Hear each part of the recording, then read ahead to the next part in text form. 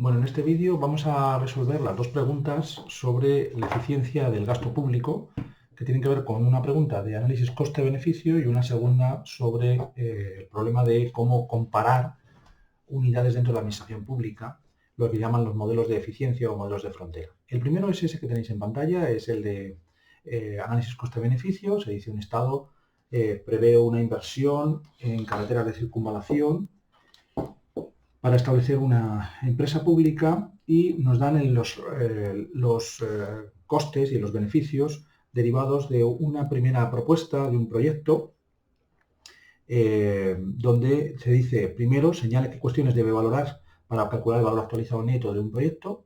Recordemos que el análisis coste-beneficio pretende llegar a un cálculo en una fecha que todavía no se ha realizado el proyecto, es decir, es una técnica que permite varias cuestiones. Una primera es la elección entre modelos, entre proyectos de inversión. Normalmente suele ser, esto está extraído de la valoración de empresas, y luego aplicado al sector público hay que hacer una serie de correcciones. Es un instrumental, y si queréis mi opinión desde el principio, que puede ser útil, pero nunca como una herramienta para tomar la decisión por los que lo tienen que tomar, que son los políticos, ¿no? Entonces, un instrumental que se puede analizar a priori y con muchos problemas de medición, evidentemente, como pasa en todos estos modelos. Pero en cualquier caso, ¿qué cuestiones se deben valorar? Bueno, pues en primer lugar, la administración pública no cobra por sus servicios, por lo tanto no hay precios que poner a los llamados ingresos, ¿no? En el ámbito de la empresa habría ingresos y costes, ¿no? Y aquí, la parte de los ingresos, la valoración monetaria de los ingresos es lo que no está claro cómo cifrar. En muchos casos no es posible, y en ese caso los llamados ingresos se convierten en números que ya no son euros, sino que son unidades. Por ejemplo, para medir la eficacia de unidades de centros de salud o eficacia de centros de recogida de residuos urbanos. Entonces ahí hay unidades en sentido de kilos de recogida, por ejemplo, o pacientes atendidos. Entonces el análisis se transforma en un análisis que se llama de coste-efectividad o coste-eficacia. En este caso, el coste-beneficio requiere que lo que serían los ingresos, entre comillas, del proyecto, le vamos a llamar beneficios, estén también valorados monetariamente. A esos, a lo que se le llama precios sombra, en el sentido de que son unos precios que no existen y nosotros tenemos que imputar. Entonces, en este ejemplo se están dando ingresos por peajes como un ejemplo de valoración monetaria de los beneficios de un proyecto que tiene que ver con una carretera de circunvalación. Porque se va a cobrar por ese, evidentemente porque se va a cobrar. Si no se cobrase, entonces ya no existiría, a no ser que tú hagas una imputación de un peaje por cada coche que pasa por una determinada zona. Y lo que tienes es una unidad de medición de cuántos coches pasan por un determinado centro de medición. Entonces imputas un peaje, lo que decíamos, sombra, por precio, por coche que pasa a una hora determinada del día, ¿no? Eso sería una manera de hacerlo, ¿no? Pero aquí directamente está dando el peaje. Luego hay otro posible beneficio que son el número de, creo que se pone aquí, de trabajadores, creo que aparece por algún sitio, el número de puestos de trabajo que se crearán, que dice que son 350.000 los primeros años y después 160.000 del año 4 al 10. Será un proyecto de 10 años, esto no puedes dar menos. De cara a ponerlo en un examen, pues podría poner menos años para simplificar y que no se haga hacer tantos cálculos, ¿no? Pero normalmente como mínimo tiene que tener un periodo largo, ¿no? De 10 o 20 años, ¿no? Y luego se dan una serie de costes, ¿no? Pues de que hay que destruir zonas verdes, hay que expropiar, hay que contaminar al mismo tiempo que se hace la carretera. También hay que decir que como precio sombra la contaminación puede ser una externalidad que puede ser considerada, porque esos precios sombra no solo valoran los beneficios directos del proyecto, sino también las externalidades, ¿no? Positivas y negativas, positivas y negativas. Entonces la contaminación se puede ver como una externalidad negativa en el momento que tú estás construyendo la carretera, pero también una externalidad positiva si, como consecuencia de construir esa carretera de circunvalación, se descontamina el centro. Y entonces tú puedes intentar ver en qué medida la contaminación se ha reducido como consecuencia de la carretera. Aquí se está poniendo como una contaminación durante el proyecto y, por tanto, como un coste. Y se le han puesto unos euros, ahí como siempre, este sería un concepto de precio sombra, porque la contaminación son CO2 y, por tanto, para poner eso en precios, pues hay que llegar a algún tipo de convenio de transformación de CO2 a precio, ¿no? Pero aquí se ha dado como un dato directamente, ¿no? Y luego, una cosa importante es que el ejercicio te está dando una tasa de descuento. Esa tasa de descuento evidentemente es el tema, el kit del asunto, porque en los proyectos privados la tasa de descuento puedes intentar hacer algún tipo de valoración basada en lo que la industria académica ha ido diciendo en torno a los flujos de descuento, ¿no? Por ejemplo, pues si estamos hablando de deuda, pues costes de deuda, pues son tipos de interés que tienen que ver con los préstamos, y entonces sí que aparece como una tasa de descuento que tiene que ver con algo real, ¿no? Ahora bien, si nos planteamos con qué tasa descontaríamos un beneficio público, pues no es tan fácil hablar de esto. Aquí se da un dato del 10%, pero eso evidentemente siempre tendrá mucho que ver con tipos de interés de mercado, pero aplicado al sector público tendrá mucho que ver con la rentabilidad de la operación, es decir, que ese beneficio te va a dar una rentabilidad. Entonces, no, evidentemente luego se hacen unos postulados ad hoc completamente, es decir, que la tasa de descuento que pongas para tus análisis coste-beneficio va a tener que ser en torno a la que hay en el mercado privado para tipos de interés, por ejemplo, y luego elevada por algunos motivos, ¿no? Que tiene que ver con que la mayor rentabilidad de los proyectos sociales porque benefician al conjunto de la población. Pero al fin y al cabo es una variable que obviamente es desconocida y que hay que hacer unas hipótesis. Siempre que en los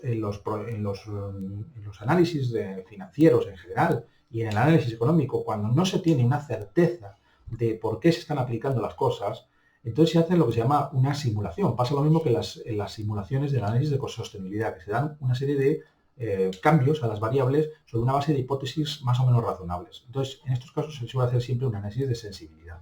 Es decir, para varias hipótesis de tasa de descuento, cómo cambia la valoración de los proyectos. Pero también hay que decir que no es lo importante solo en cuanto es de sensible el modelo a la tasa de descuento, sino también que utilizando tasas de descuento similares en un proyecto A y en un proyecto B, que queda en el A y queda en el B, porque hemos utilizado la misma tasa. Entonces, al final, el valor actualizado neto de los dos proyectos es comparable. ¿De acuerdo? Pues un poco por ahí va la cosa. Esa es una primera posibilidad, ahora hacemos el ejercicio. La segunda posibilidad es que demos el criterio de, en lugar de comparar valor actualizado neto, que es el que vamos a hacer aquí, queramos comparar las tasas de rentabilidad de los proyectos. Porque una vez que tenemos el valor actualizado neto, pasa igual que con los bonos.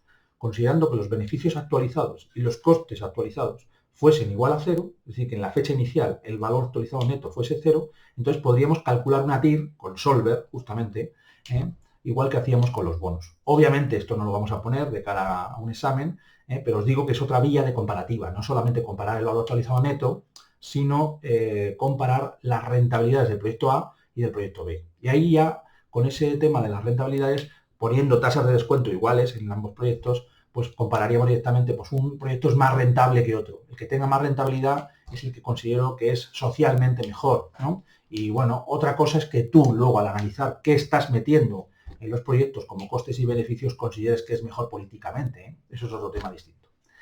Ok, bueno, visto esto, entonces, que es una explicación teórica, pero yo creo que convenía darla, hemos metido justamente, si os fijáis en el cuadro de Excel, vamos a poner aquí para que pueda dibujar, y voy a sustraer todo aquí para que lo veáis mejor.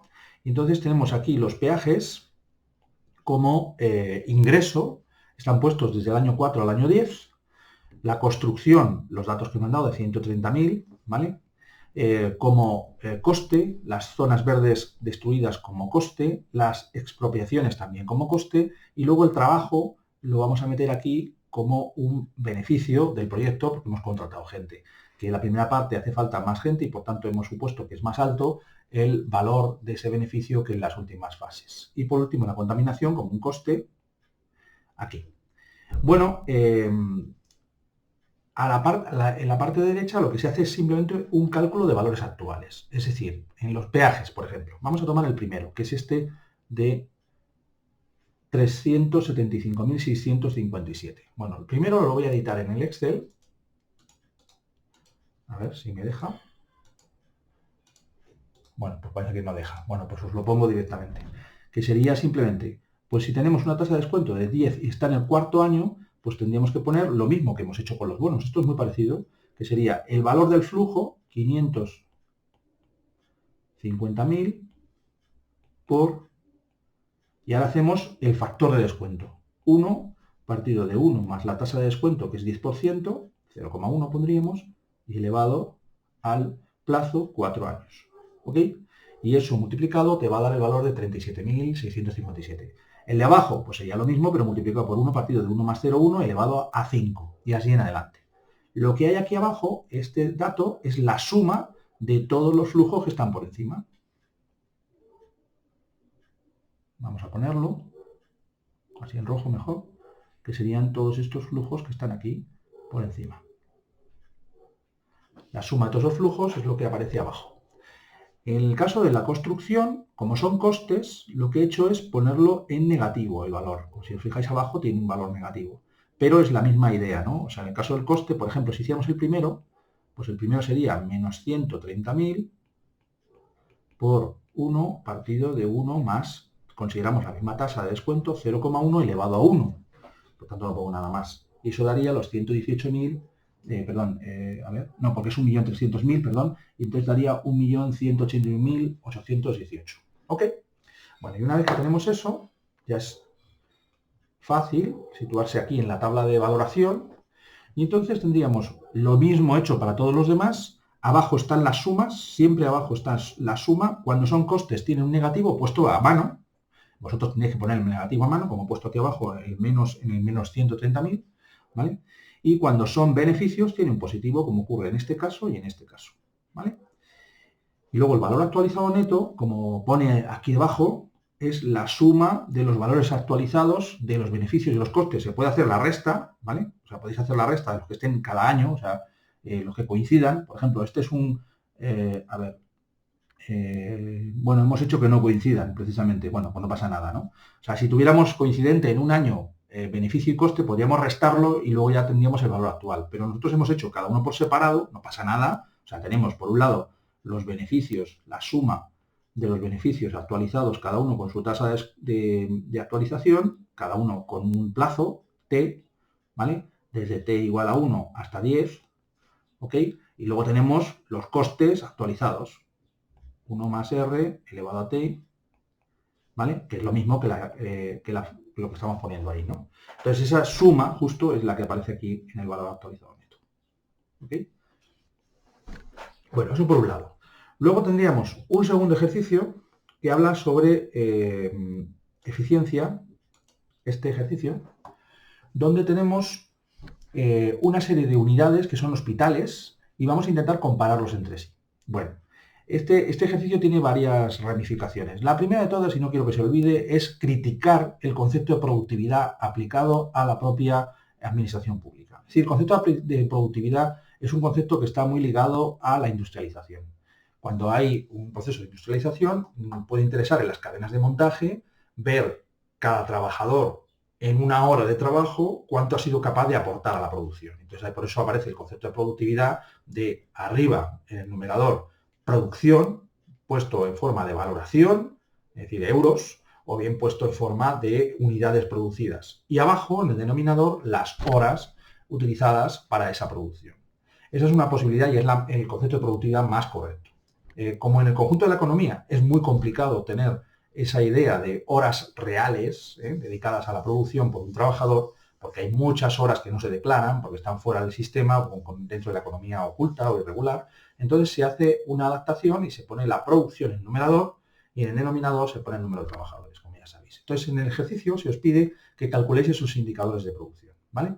Pero el objetivo final va a ser valorar qué unidades de las que aparecen ahí, los hospitales del centro, del sur, del este o del oeste, son mejores. Y este es el tema de mejor, que es complejo en la administración pública.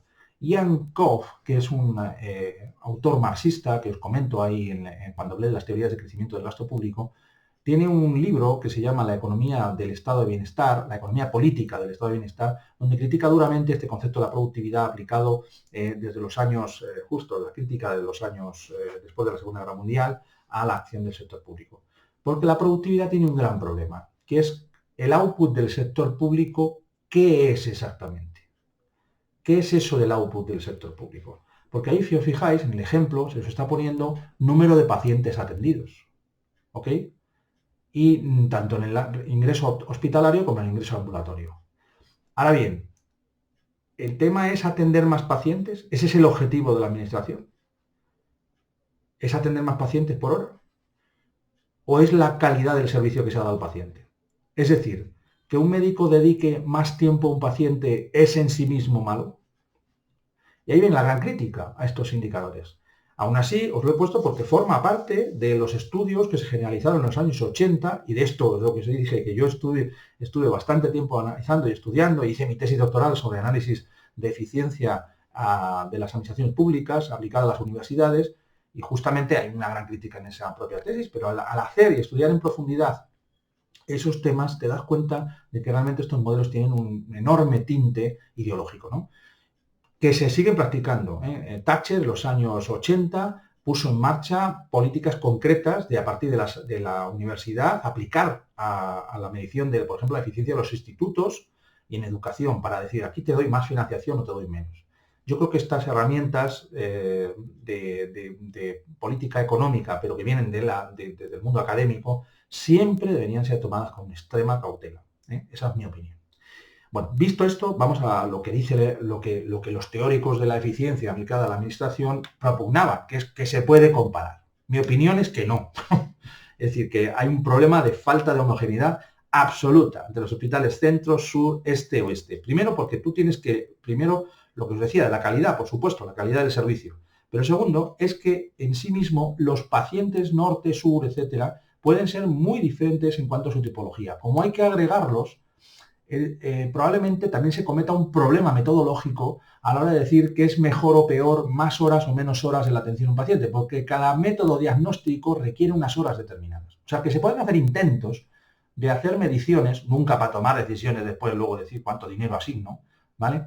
Pero sí que se puede hacer un intento de afinar lo más posible el modelo. En el sentido de, bueno, oye, mira, es que estoy hablando, no es lo mismo paciente con tratamiento continuado porque es un paciente con un problema renal que un tratamiento que es, aunque sea hospitalario exactamente, que tiene un periodo más corto de duración y por tanto requiere menos horas de sanitarios y tal, porque cuanto más tengas de estos, menos horas vas a utilizar por parte de las unidades.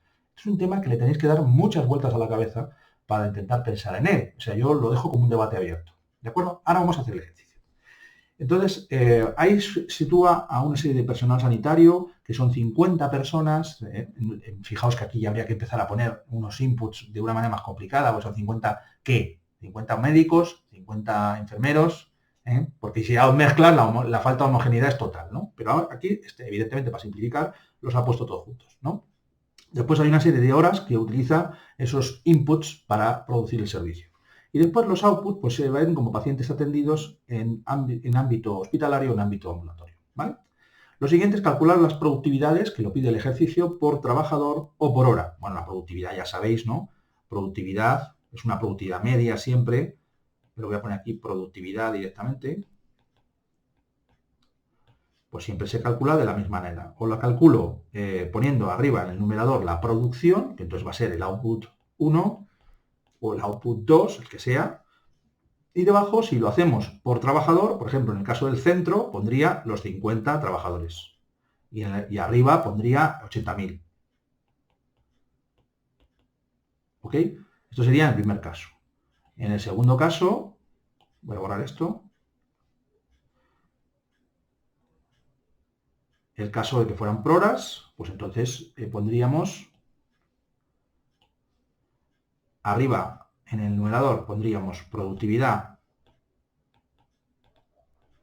por hora, sería igual a numerador igual el output 80.000, y en el denominador pondríamos, como tenemos una serie de inputs que son 50 y las horas anuales por input son 1600, pues pondríamos 50 por 1600. Intento hacer un cálculo más o menos de horas teniendo en cuenta las semanas al año, ¿vale? Y esto es lo que pondríamos ahí. Y este resultado es el que da productividad por hora, que aparece ahí, que es de 1, ¿vale? ¿Ok? Y la interpretación de la productividad siempre es la misma, ¿no? Que es que estamos en esta columna y, bueno, más productividad, pues la idea de unidad mejor, ¿no? Unidad mejor, ¿ok? Sin embargo, vamos a intentar ver ahora, este es el concepto, no hay más. Y luego la crítica, ya os he dicho bastante sobre ello, ¿no? Pero hay más cosas que se pueden decir. Y es que, evidentemente, hay otro problema en la administración pública muy grave, y es que no hay un único input, hay varios inputs, entonces habría que intentar ver cómo colocar la productividad para cada uno de ellos, es decir, hacer unos análisis separados. Eso se podría llegar a hacer, pero el gran problema es que cada input produce una naturaleza de producción multiproducto. Es decir, no hay un solo output, hay varios. Es decir, y eso pensad, en los hospitales he puesto ahí que el output 1 y el output 2, es decir, que atienden pacientes ambulatorios y pacientes hospitalarios, pero es que hacen más cosas, es que hacen tareas de gestión también. Es decir, hacen el conjunto de cosas que hicieran en su trabajo y habría que poner todos esos outputs. Eso me obliga a hacer una combinación, una ponderación de esos outputs. Entonces, los modelos de frontera, que se llaman, intentan combinar esa naturaleza multiproducto, ¿vale? ¿Y cómo lo pueden hacer? ¿Cómo pueden llegar a hacerlo? Bueno, ahí os he puesto un ejemplito de cómo poder hacer eso, ¿no? Entonces, lo que se hace es tomando productividad por trabajador, que es la gráfica de la izquierda, o la gráfica de la derecha, de frontera de eficiencia, lo que se hace es situar simplemente en un gráfico unas coordenadas. Entonces, por ejemplo, vamos a hacerlo con el gráfico de la derecha, que se ve bien, ahí. Ese gráfico, arriba tenemos los datos, voy a ponerlo un poco más grande incluso, a ver si se deja. No se deja tocar. Bueno, pues si no se deja tocar, pues lo dejamos así. Entonces, fijaos, yo creo que se ve. Lo que tenemos ahí es la unidad del oeste, la unidad del oeste, que es la... Vamos a ponerlo, que no se ve bien, así, vamos a ponerlo así, y voy a traerme esto para acá. Un momento. A ver si soy capaz de hacerlo. Que no me deja tocar, como estoy en modo pintura, no me deja tocar. Un momento, voy a seguir quitando esto. A ver, así seleccionar, ahora me va a dejar, efectivamente. Y ahora lo que hago es que me lo traigo un poco para acá. Y este me lo traigo un poco para acá. Ahora ya se ve. ¿Vale? Entonces, que se vean bien los dos. Entonces, esta unidad oeste, si os fijáis que está aquí, oeste, ¿vale? Lo que tiene es, en el gráfico tiene 0,57 para el output 2 y está puesto aquí. Hay que decir que estos outputs son por hora. Es decir, estamos hablando de producción por hora de esas unidades. Entonces, te tiene 0,57 pacientes atendidos por hora. Obviamente aquí se puede dividir el paciente, aunque sea un poco extraño, como está por hora, pues claro que podemos tener un número por debajo de 1, ¿no? Y tiene 0,83, que es lo que aparece abajo en el eje de abscisas, ¿vale? Y esta es la unidad oeste. Al mover esto se ha movido esto, pero sería así, ¿vale? Ahora os digo por dónde sale esa línea. La unidad que aparece aquí tiene 1,15, ¿vale? Del output 1 y 0,48 del output 2, es decir, es la este, la que aparece aquí a la derecha del todo, es la este. Bueno, igual que ahí aparece la este. Bueno, aquí se ha movido también la línea, pero la podemos colocar. No hay mucho problema, se puede colocar esto. Así. Vale. Luego, la unidad sur está por debajo porque tiene, como veis ahí, 1,07 de output 1 y 0,48. Y la unidad centro es esta porque tiene 1 y 0,44, ¿no? Ok.